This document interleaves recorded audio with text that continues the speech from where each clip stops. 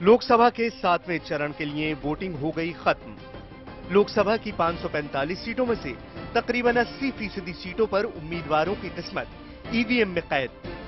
गुजरात की 26 और पंजाब की सभी 13 सीटों पर खत्म हुई वोटिंग। गुजरात के वडोदरा में नरेंद्र मोदी की किस्मत हो गई ईवीएम में कैद, तो गांधीनगर में पार्टी के दिग्गज नेता लालकृष्ण आडवाणी की किस्मत का होगा फैसला। वडोदरा में ही कांग्रेस के उम्मीदवार मधुसूदन मिस्त्री भी ठोक रहे हैं ताल। पंजाब के अमृतसर में कांग्रेस के अमरिंदर सिंह के सामने हैं बीजेपी के अरुण जेटली, तो बठिंडा में हरसिमरत कौर और मनप्रीत बादल में हुआ मुकाबला। पंजाब में आम आदमी पार्टी के ही भगवत मान की किस्मत का भी होगा फैसला। अगले आधे घंटे में हम पंजाब और गुजरात का बताएंगे हाल। हमारे साथ होंगे वडोदरा से मेघदूत, तो अमृतसर से पल्लवी घोष और बठिंडा से अमित चौधरी। तो देखिए हमारी खास पेशकश, मेरा वोट मेरी सरकार। तो 9 में से 7 चरणों का चुनाव पूरा हो चुका है, यानी अगली सरकार की एक धुंधली सी तस्वीर पर मतदाता अपनी मोहर लगा चुके हैं। लेकिन क्या है ये तस्वीर, ये तो 16 मई को ही पता चलेगा। फिलहाल हम आपको देश के 2 अहम राज्यों का चुनावी समीकरण बता रहे हैं।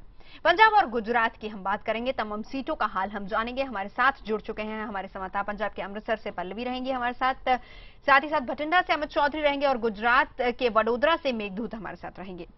और बात सबसे पहले हम पंजाब की कर लेते हैं, क्योंकि यहां की सभी 13 सीटों पर आज वोट डाले गए हैं। पंजाब में शाम 5:30 बजे तक करीब 64% मतदान हुआ है और आज के चुनाव में बीजेपी के वरिष्ठ नेता अरुण जेटली, कांग्रेस के पूर्व मुख्यमंत्री कैप्टन अमरिंदर सिंह और अभिनेता विनोद खन्ना, मशहूर वकील एच.एस. फुल्का समेत कई दिग्गजों की किस्मत ईवीएम में बंद हो गई है। पिछले लोकसभा चुनाव में कांग्रेस ने यहां पर 13 में से 8 सीटों पर कब्जा किया था, जबकि शिरोमणि अकाली दल को 4 और बीजेपी को 1 सीट हासिल हुई थी।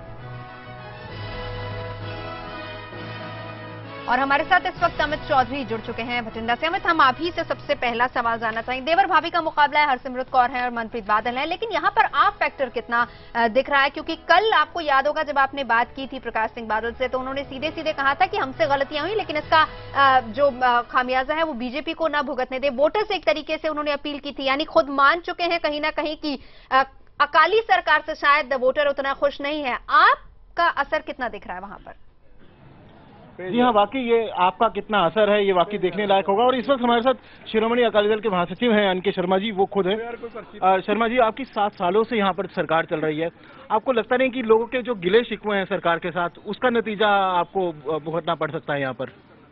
बिल्कुल भी नहीं। अज मैं तकरीबन कोई 300-400 बूथों से घूमे और पूरे पंजाब च तकरीबन 11-12 कांस्टीट्यूंसी ते मैं आप कैंपेन देखी है। सो कांग्रेस किते भी नजर नहीं आ रही। लोगों का बहुत आम आदमी पार्टी की अगर हम बात करें, आम आदमी पार्टी तुसीं देखिओ गिणती ਦੀਆਂ ਵੋਟਾਂ ਪੈਣਗੀਆਂ, कोई एड्डी गल नहीं हैगी। वन साइडेड मुकाबला मैनूं लगदा नहीं भी 13 सीटां 'चों कोई भी सीट जिहड़ी कांग्रेस लै जाएगी, क्योंकि लोकां 'च कांग्रेस ने जो दिल्ली के अंदर घपले किते बड़े बड़े होए, करप्शन हुई, इंडस्ट्री की ग्रोथ माइनस च रही, देश की ग्रोथ 4 तो थले रही, इन्फ्लेशन 9 तो ऊपर रही। जो स्थानीय मुद्दे हैं वो आपको लगता नहीं है कि वो कहीं डोमिनेट कर सकते हैं इन एक्चुअली हिंदुस्तान की जनता जी बहुत जागरूक हो गई है। मीडिया होर सारिਆਂ ਦਾ ਧੰਨਵਾਦ करदा ਜਿਹੜਾ डेली अपडेट करते हैं और लोग बड़े सियाणे आ। जो दिल्ली के इलैक्शन होंगे तो दिल्ली की गल होंगी है, जो पंजाब के इलैक्शन होंगे फिर स्थानीय मुद्दे जोड़े काम करते हैं। तो मैं समझदा कि बहुत बड़े मार्जिन नाल असीं 13 ही सीटां जितांगे। तुसीं देखिए, और बड़ी लोक लहर है इस टाइम पूरे पंजाब। तो ये आप समझ ये उनको सुन सकते हैं, ये आश्वस्त हैं, ये तो 13 की 13 सीट ले जाने की बात कर रहे हैं। लेकिन इतना जरूर है, नजरअंदाज नहीं किया जा सकता आम आदमी पार्टी को भी, क्योंकि जिस तरीके से आज वोट डल रहे हैं, 64% जो है वो अभी तक वोटिंग हो चुकी है और ये माना जा रहा है कि 70% के आसपास जा सकती है। तो कहीं ना कहीं इसका असर रहेगा जरूर, लेकिन ये किसके तरफ जाता है ये देखना होगा। बिल्कुल। और यहाँ पर हमारी राजनीतिक संपादक पल्लवी घोष भी हमारे साथ हैं। पल्लवी, यहाँ पर अगर हम चुनावी मुद्दों की बात करें तो सर्वेज में हमने देखा है कि किस तरह से सैंड माफिया हो, ड्रग रैकेटिंग हो, या फिर साथ ही में दूसरे कई मुद्दे रहे हैं। इंडस्ट्रियलाइजेशन जैसे जैसे धीरे धीरे अमृतसर और आसपास के इलाके जैसे बाटला वहां पे खत्म हुआ है, पुलिस एट्रोसिटीज, ये कई ऐसे मुद्दे हैं जो कि इनकम्बेंट सरकार के खिलाफ जाते जरूर हैं।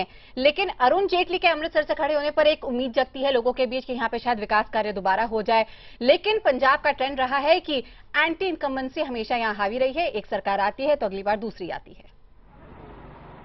लेकिन अगर आप पंजाब के विधानसभा का चुनाव देखें, इस बार ये वाला ट्रेंड पंजाब ने नहीं माना और दूसरी बार बादल की सरकार वापस आई थी। तो ये बड़ा कहना मुश्किल है इस वक्त किस तरफ जाएगी और क्या अरुण जेटली बनाम अमरिंदर की लड़ाई में हार किसकी होगी। इतना कहना चाहूंगी कि इस बीच में आम आदमी पार्टी की दलजीत सिंह भी बहुत इंपॉर्टेंट फैक्टर है और वो दोनों तरफ के वोट काट सकते हैं। लेकिन अगर आप अरुण जेटली की बात करें, मैं बहुत लोगों से बात कर रही थी और उनका कहना यह है कि जब नरेंद्र मोदी यहाँ आए थे और उन्होंने प्रचार किया था, उन्होंने ये भी संकेत दिया था कि अगर एनडीए की सरकार बनती है तो अरुण जेटली एक बहुत अहम पद पे होंगे। इससे क्या मैसेज जाता है, ये संदेश लोगों में जाता है कि ऐसा नेता इन लोगों को मिल सकता है या ऐसा सांसद यहाँ मिल सकता है जो उनके लिए काम करेगा। क्योंकि आपको ये भी याद होगा कि उनके ठीक पहले जो सांसद है नवजोत सिंह सिद्धू, उनके खिलाफ हमेशा से ये शिकायत रही है, वो बहुत कम दिखते थे अमृतसर में और यहाँ पे कोई काम नहीं करते थे। तो एक ये फायदा अरुण जेटली को हो सकता है, लेकिन दूसरा फायदा अमरिंदर सिंह को भी हो सकता है। वो जट सिख हैं और वो यहाँ के पूर्व मुख्यमंत्री रह चुके हैं और जो बादल सरकार के खिलाफ जो थोड़ी बहुत नाराजगी है उसका फायदा कांग्रेस को भी मिल सकता है। बिल्कुल। और नवजोत, मुझे लगता है कि कल का जो i-7 का इंटरव्यू था जिसमें प्रकाश सिंह बादल ने बोला कि सजा कहीं बीजेपी को ना मिले अकाली दल के अगर वोटर नाराज है, वो शायद यही कहना चाह रहे थे कि एंटी इनकम्बेंसी फैक्टर है, लोग अगर अकाली से नाराज है तो लेकिन बीजेपी का समर्थन जरूर करे, शायद वो यही मैसेज देना चाह रहे थे। बिल्कुल यही देना चाह रहे थे। और पल्लवी, एक छोटा सा रिएक्शन आपसे चाहूंगी, ऐसा तो नहीं होगा कि दोनों की फाइट का फायदा कहीं ना कहीं आम आदमी पार्टी उठा जाए? हो सकता है, लेकिन अब दिक्कत दलजीत सिंह के साथ एक ही है कि अगर आप वाराणसी की बात करें या अमेठी की बात करें, वहां पे अरविंद केजरीवाल खुद जाते थे, वहां पे लोगों से बातचीत करते थे और प्रचार भी करते थे।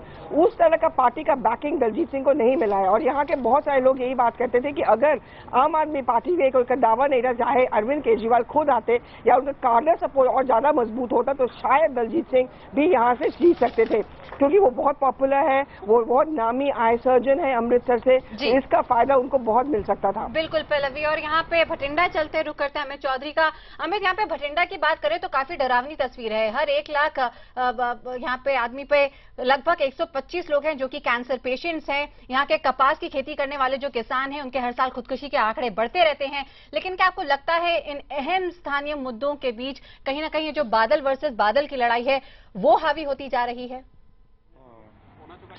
जी हाँ, बिल्कुल। हमारे साथ अकाली दल के महासचिव हैं, उनसे खुद जानते हैं इनके शर्मा जी। शर्मा साहब, भटिंडा की अगर हम बात करें, वहाँ पर बड़ी इंटरेस्टिंग लड़ाई है। वहाँ पर मनप्रीत बादल लड़ रहे हैं हरसिमरत बादल के खिलाफ और वहाँ पर मुद्दे भी बहुत अलग हैं। वहाँ पर कैंसर से रिलेटेड मुद्दा है और दूसरे मुद्दे हैं। आपको लगता है कि इन सारे समस्याओं को लेकर भी आपकी जो सरकार है उसके ऊपर कहीं ना कहीं लोगों की नाराजगी हो सकती है उस चीज़ को लेकर? जिस तरह के मुद्दे बठिंडा में हैं, मैं समझता हूं कि उसका जो हल है वो श्रोमणी अकाली दल ने ही सदा किया है। जो कैंसर पे हमने पंजाब में काम किया, चाहे टाटा कैंसर हॉस्पिटल मोहाली में आया, चाहे संगरूर में आया, बठिंडा में बनाया, सो उसके बहुत अच्छे जो रिजल्ट सामने आए हैं। मैं कह सकता हूँ कि पंजाब में जो पिछले 7 सालों में विकास किया है और हमने एडमिनिस्ट्रेटिव रिफॉर्म्स लागू किए हैं और गरीबों के लिए आटा दाल स्कीम। मनप्रीत बादल आप में से ही निकले। मनप्रीत बादल का नेगेटिव पॉइंट यही है कि वो पार्टियां बदलता रहा। पहले तो श्रोमणी अकाली दल से पीपीपी में गया, पीपीपी से कांग्रेस में गया, वो अपनी टोटल क्रेडिबिलिटी खो चुका है। आप देखना कि मोर देन 2 लाख वोट से वो बठिंडा से लूज करने जा रहा है, क्योंकि लोगों को उनकी असलियत पता चल गया। पहले वो कांग्रेस को दिन रात गालियां देता था, आज कांग्रेस को अपनी माँ पार्टी बोल रहा है। तो उसकी जो शख्सियत है ना, वो मैं कह सकता हूँ कि पब्लिक की इमेज के सामने होती है, वो खत्म हो चुकी है। जी, तो जी, आपने सुना, काफी आश्वस्त नजर आ रहे हैं, लेकिन स्थानीय लोग जो आज अपना मताधिकार का इस्तेमाल करके आए हैं, वो उन्होंने किसकी किस्मत पर दाव लगाया है, ये इसके लिए इंतजार करना होगा। बहरहाल पंजाब से निकलते गुजरात चलते हैं। 7वें चरण में गुजरात की सभी 26 लोकसभा सीटों पर वोट डाले गए।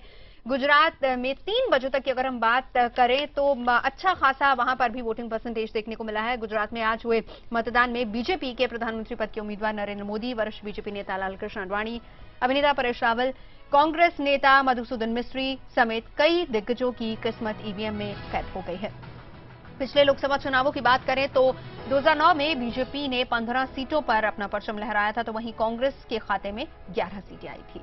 चलते हैं सीधे मेघदूत के पास। 15 और 11 और इस बार तो मोदी लहर है। मेघदूत, वहां पर क्या कुछ देख रहे हैं आप वहां पर? जी, 6 बज चुके हैं और मतदान 26 सीट के लिए खत्म हो चुका है। अगर मैं वडोदरा कॉन्स्टिट्यूंसी की बात करूं तो 5 बजे तक 67.19% मतदान हो चुका था और 1 घंटा बाकी था। तो हम क्लियरली ये कह सकते हैं कि एक रिकॉर्ड वोटर टर्नआउट वडोदरा शहर में, वडोदरा के लोकसभा कॉन्स्टिट्यूंसीज में जरूर दिखाई दे रहा है। बाकी शहरों में, बाकी गुजरात में करीब 55 से 56% वोटिंग 5 बजे तक हुआ था, ताकि इससे ये पता काफी ब्रिस्क पोलिंग हुआ है पूरे गुजरात में। लेकिन एक बात मैं यहाँ कहना चाहता हूँ कि कई लोग कहते हैं कि मोदी की पूरी लहर होने वाली है, लेकिन देर आर पॉकेट्स, कई पॉकेट्स है गुजरात में रेजिस्टेंस के, जहाँ पे कांग्रेस अच्छा कर सकती है।